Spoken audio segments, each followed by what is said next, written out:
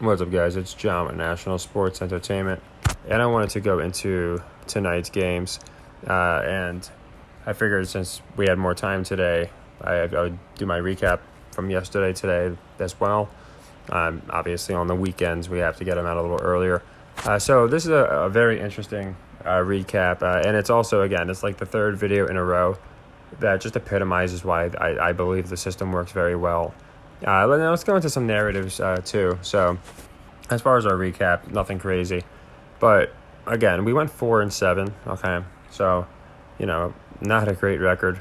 We went around 30%, something of that nature, and we profited. We actually netted 2 units, and it's not for any reason except, as I said, I really try and pick my spots. So we played every game, but I just tried to limit the ones that I really thought, had the absolute best value. Now, typically we do better on leg 2s, but we played 2 leg 3s. I just thought Miami, again, a lot of it was the color scheme, and a lot of it was the fact that I didn't think the public would be on them. We were able to get them as a leg 3, and obviously a leg 3 for the day is 4 units.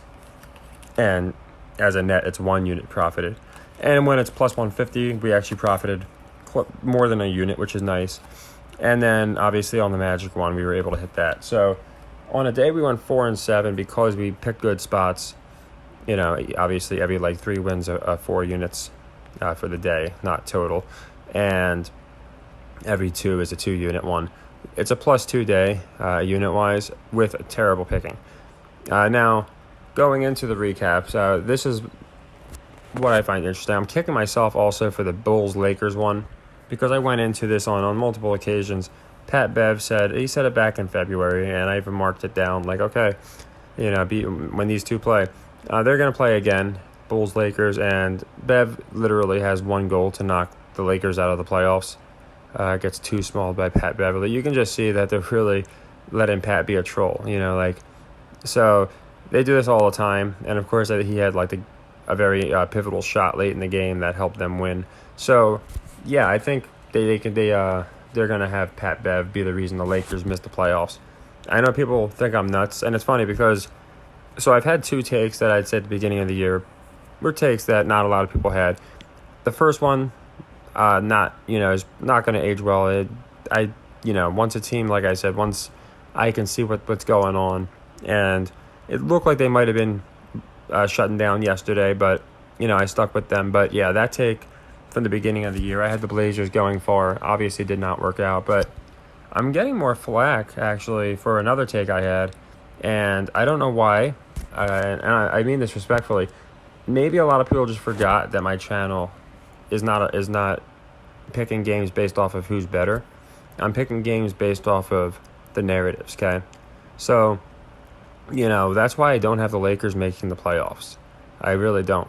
I think they're setting the seeds almost perfectly for something like the Lakers play the Mavs in the play-in, because they both got issues, right? The Lakers got Pat Bev, who's going to make sure that's their story, probably going to beat him again. And the Mavericks story is somehow Kyrie and Luka can't coexist, even against the Hornets. And they're obviously complaining about the Warriors. Now, I want to go into this just in a way that I think will make sense to people as far as why I think, LeBron's not going to make the playoffs. And it's not just LeBron. I think it might be the Mavericks as well, like I just said. It's a simple thing. If you think back to the super teams, obviously we had a bunch, but the Thunder is really interesting because if you think about the Thunder, what they did was they started a super team and, they left in basically an order, right? Freaking Durant goes, he joins a bunch of stars. Durant joins a bunch of stars, and then Russell Westbrook winds up doing it too. So I think it'd be very fitting, especially since they've pointed out that the super teams have actually hurt ratings because, again, now you have fans of 5 teams watching instead of every team. So they found that out, and I think that's why the Lakers missed the playoffs last year. They also said they did way better ratings without the Lakers and LeBron in the playoffs. Okay? It's like seeing John Cena in the main event of WrestleMania every year. After a while, you're going to want somebody else. So anyway, I think they continue this Lakers losing ways. And again, I think it all ties together. So how did the trade cycle work out? We had Pat Bev, who was a Wolf, get traded to the Lakers. And when that happened, I even said, I wonder if that's him giving up like a playoff spot, like a team that could make the playoffs, and going to, the clown show, understanding, okay, I'm not going to have a chance at the playoffs, but it's going to help my brand tremendously. It's being, a part of LeBron's team. So that happened. And then, of course, we had the Nets complete, fiasco where they traded away Durant and Kyrie to the Suns and to the Mavericks, and the Mavericks being more emphasis because it's Kyrie. And, of course, now we have the Mavericks tanking, it seems like, and just they can't catch a break.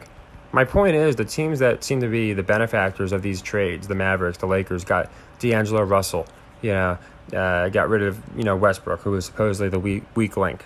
Meanwhile, they haven't shown any signs of improvement. LeBron returns, no signs of improvement.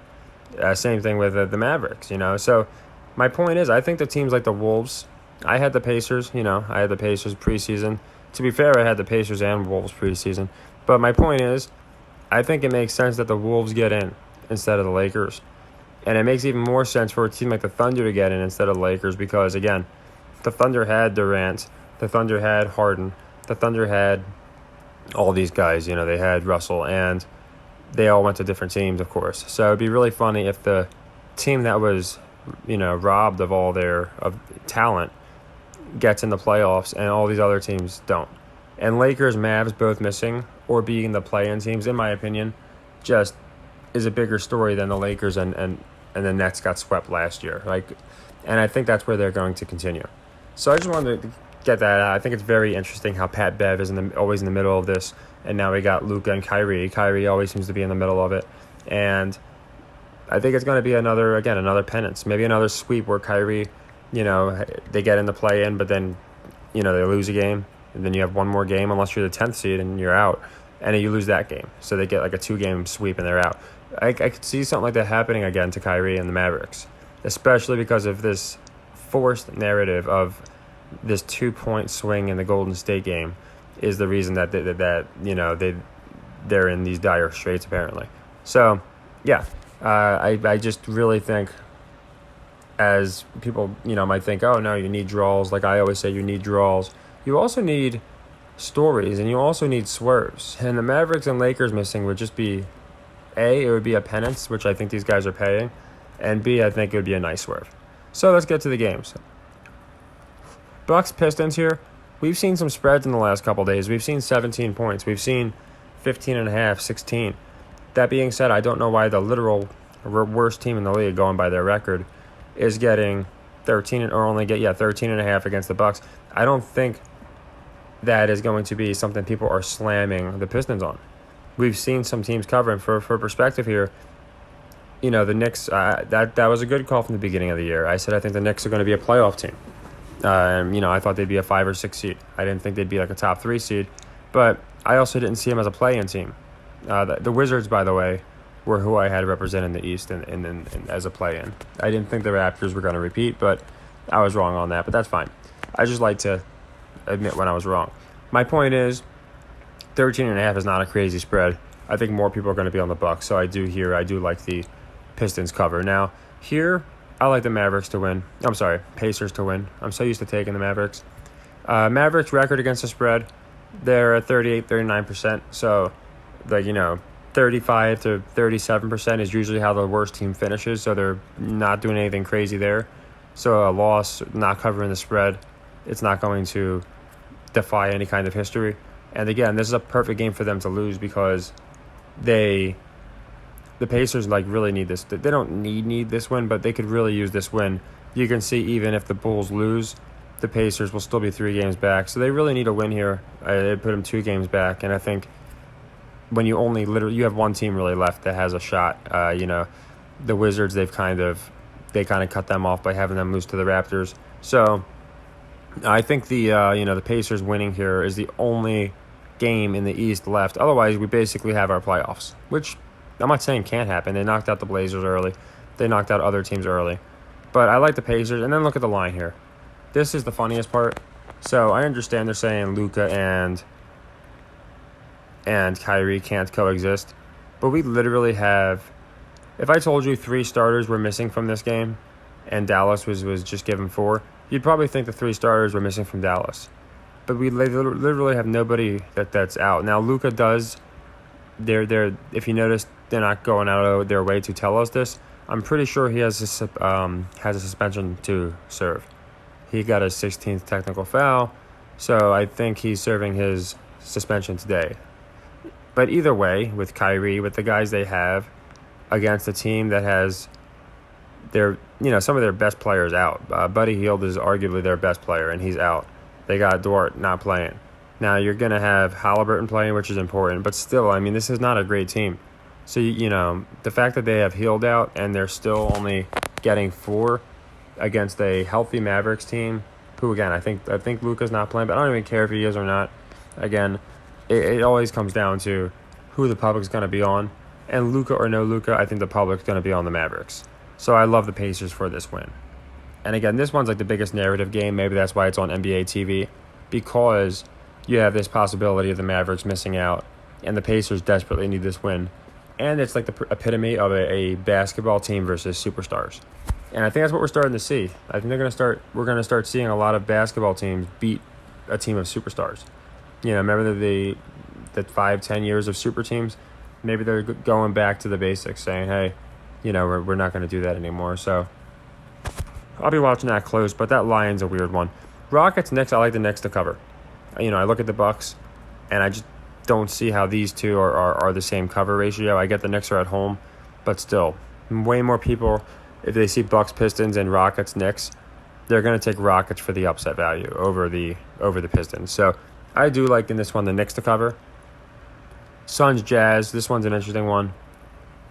I think the Jazz win.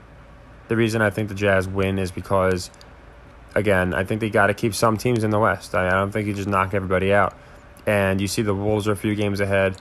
You see the Lakers are a few games ahead. So I think it stands to reason that the Jazz win this game and make it interesting in the West. 76ers, Nuggets here. I like the Sixers, I think. Again, it's NBA TV. And I do understand that there's probably going to be a lot of people. Let me see, actually. Because let me see if they did roll hard. Okay, doubtful for Harden and Embiid. So, yeah, I think a lot of people in this game are going to slam the Nuggets. And I went over a couple of days ago. We picked the Nuggets rightfully and to cover the Bucks, and they did. And I said I think it's because they want to show Joker, no pun intended, he's no joke. Like, he can go up against Giannis. That being said, there is no, there's not going to be an Embiid. So Joker up against Embiid doesn't really make the same amount of sense. It's not like it's a matchup thing. So that being said, at NBA TV, people probably fading Sixers hard. I like the Sixers. Pelicans, Blazers, I like the Blazers. Again, probably just habit. I like the Pelicans. 11 points here. Again, Blazers were getting 10 yesterday. The difference was they were still in the playoff picture. Here, it's the same deal as yesterday where everybody's out, essentially. Had they won yesterday, obviously I think they knew they were going to lose. But had they won, these guys might be starting today. But again, I just think the Pelicans are another team. It keeps it interesting in the West. You have all these teams that, Pelicans, Lakers, Jazz, Wolves, Mavs, all fighting for this one spot, and they're all teams that have talent too. So, people might take the Blazers seeing, they almost beat the Thunder with their backups, and, they might have, like, Grant back. But I think once they're out of the playoffs, as they said, they checked out. And it's 11 points is a lot of points. So I like the cover for the Pelicans. I think they cover the Blazers. And then Kings, Wolves here. It's this one's an interesting one. It's the same type deal. And I just want to show why I do value, because just why I do some picks the way I do. So I went with the cover. You can see here. I didn't go with a win, and it's for a few reasons. I went with the straight up win for the Pacers, as you can see, and I went with the straight up win for the Jazz. For the Wolves, they don't need this like the other teams, as you can see. And as far as being faded, I don't think people are going to be fading the Blazers super hard. Or Wolves super hard. Whereas, I do think people will be fading the Blazers pretty hard. and I do think people will be fading some other teams pretty hard. But as far as this one, I'd say it's about a 50-50 game. Of course, when you not really any injuries, Kings have looked really good. So the spread's about right. I'd say this game, there's nothing suspicious about it. So that's the reason with some of them, I don't take the money lines, because this just looks like a normal spread. So I edge it to the Wolves because they need it more than the Kings. But it's not like the Pacers, where the win and loss is going to be very tangible and very, it's going to be very contingent on following games. This Wolves-Kings game, Wolves could win or lose. It doesn't really change too much. They win, they're not really that much ahead of the pack. And if they lose, they're still right in it. Whereas the Pacers lose, they're out. And I just think it makes much more sense for the Mavs to lose. I just want to show you that because, and in the last one, I do have the Clippers covering. Because I want to show why I just, sometimes I'll do value, like moneyline Jazz. For me, it makes sense. Either they win or they probably get blown out. I don't see much of a medium there.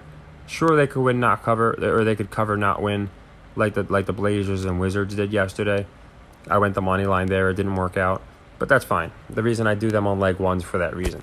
So yeah, the only ones that I have straight up winning here, as I said, are Pacers, and you can see I made that a leg 3. It's my favorite play of the night, and on the Jazz here. So as I said, just like before, all we do now is we just plug this in. So Knicks cover Rockets. Again, this is just going to be for a leg 1 loss yesterday. And we just plug them in. So it doesn't matter which ones you plug them in for, of course, but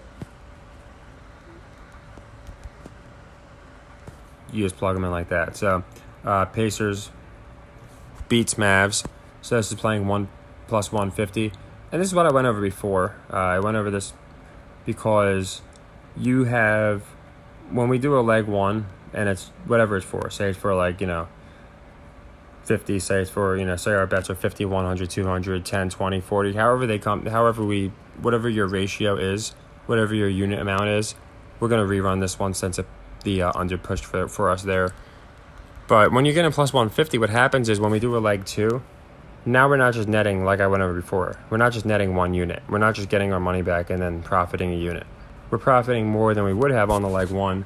And then when we play it as leg 3, like we're doing now with the Pacers, it pays exponentially higher than if we had won on leg 1. It pays about 25% higher to be exact. So that's why I really like taking the money lines when I think it's beneficial. I'm not going to take a money line if we're giving up points and it's minus 150. But if we're getting points, and I think, like I said, Jazz, Pacers, it just looks like a trap, and it also makes sense from a booking standpoint, I'm definitely going to take it. So Clippers cover Bulls. The reason I like the Clippers to cover the Bulls is because I've gone over this before. Lakers and Clippers typically always do the opposite, right? So the Bulls just beat the Lakers. I think the Clippers are just going to turn around and beat the Bulls. And the reason I really believe it is because I do think the Bulls are going to turn around and beat the Lakers again. So I just like the Clippers, and I think I like it because people are probably going to be a little hot on the Bulls. They've went on a little bit of a run. Clippers don't have Paul George, so I could definitely see people not taking the Clippers in that game. So then the last leg 2 I have here is going to be the Wolves cover the Kings. Like I said, if you want to play this one as a money line, you can. Like I said, as long as you're incorporating the system, it's really not going to matter too much, if you're playing money lines, because you're going to do fine. But trust me, Vegas knows that there's going to be people that just want value. So they slam teams like the Wolves. You're getting almost plus 200. So you just got to be careful and know when they have the win no covers like they had yesterday with the Blazers. They weren't going to let the Blazers win, but they had the cover come through. So that's just what I look out for. And here's our final 2. I got the Panthers covering the Senators. Again, we typically do very good with hockey. Not a ton I liked. And the other one I liked was the Oilers Coyotes to go under. Both of these teams are pretty good on the over. So I think it would stand to reason that there's a good chance that they get slammed for the over. Warriors did not cover the Wolves yesterday, so we can plug this one in for that loss.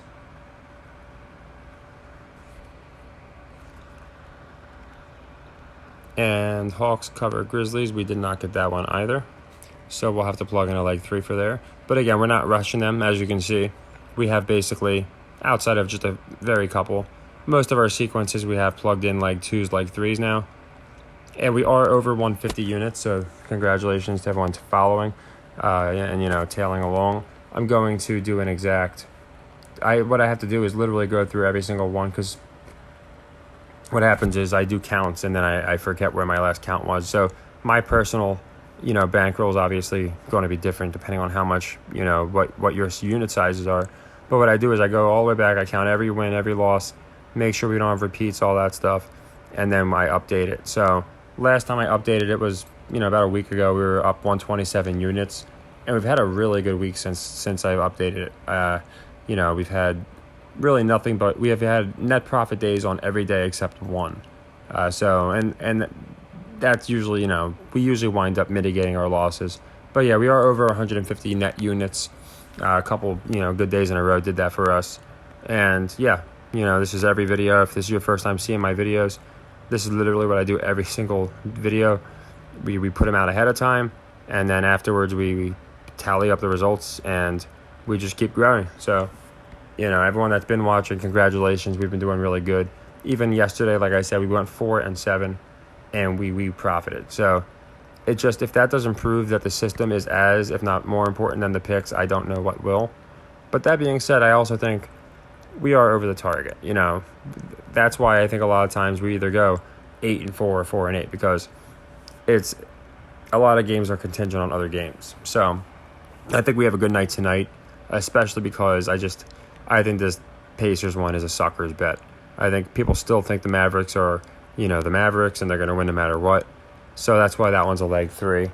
And playing plus 150, it's going to be a really nice payout. Probably it's going to be one of our best payouts to date if it comes through, because we've got leg 2s before at like plus 180, plus 200. I think we got a plus 3 at like plus 125. But to get a leg 3 at plus 150 would be nice. We got Miami yesterday, now that I think about it. So, and that one was really nice to get on, a leg 3. So I think the Pacers do it. That would be nice to get that one too.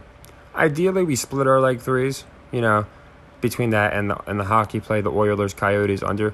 If we split them, I'll usually be fine with that, because we usually wind up profiting anyway.